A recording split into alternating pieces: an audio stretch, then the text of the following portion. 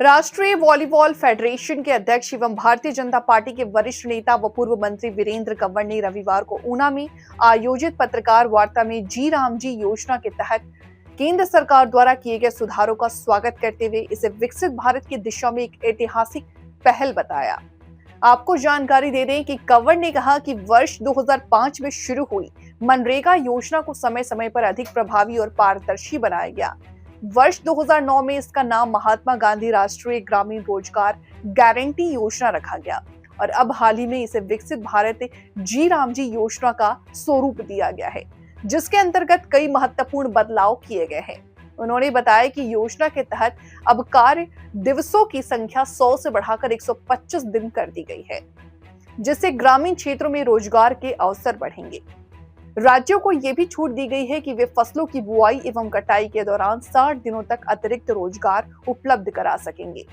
इसका मेन उद्देश्य है कि जो 100 दिन मनरेगा के तहत देश थे, तो इसमें यह भी सुधार किया गया है कि अब 125 दिन जो है वो दिए जाएंगे। और जो जिस तरह की एक भ्रामक प्रचार जो है वो आज विपक्ष कर रहा है, कांग्रेस, विशेषकर कांग्रेस कर रही है कि मनरेगा के तहत अब रोजगार नहीं मिलेगा, मनरेगा जो है वो समाप्त कर दी है, वो निरंतर जो है वो एक गलत भ्रामक प्रचार जो है वो किया जा रहा है। उसी तरह अगर उसको किसी व्यक्ति को जिसका जॉब कार्ड बना है उसको अधिकार बनता है कि वो रोजगार मांगे, अगर उसको रोजगार नहीं मिलेगा तो उस समय का सरकार जो है ये व्यवस्था करेगी कि अगर उसके पास काम नहीं है तो उसको भत्ता जो है वो दिया जाएगा। यानी कि हर दृष्टि से गांव को अंदर जो है, गांव के अंदर जो है वो गांव को सशक्त करना, आज इंफ्रास्ट्रक्चर्स में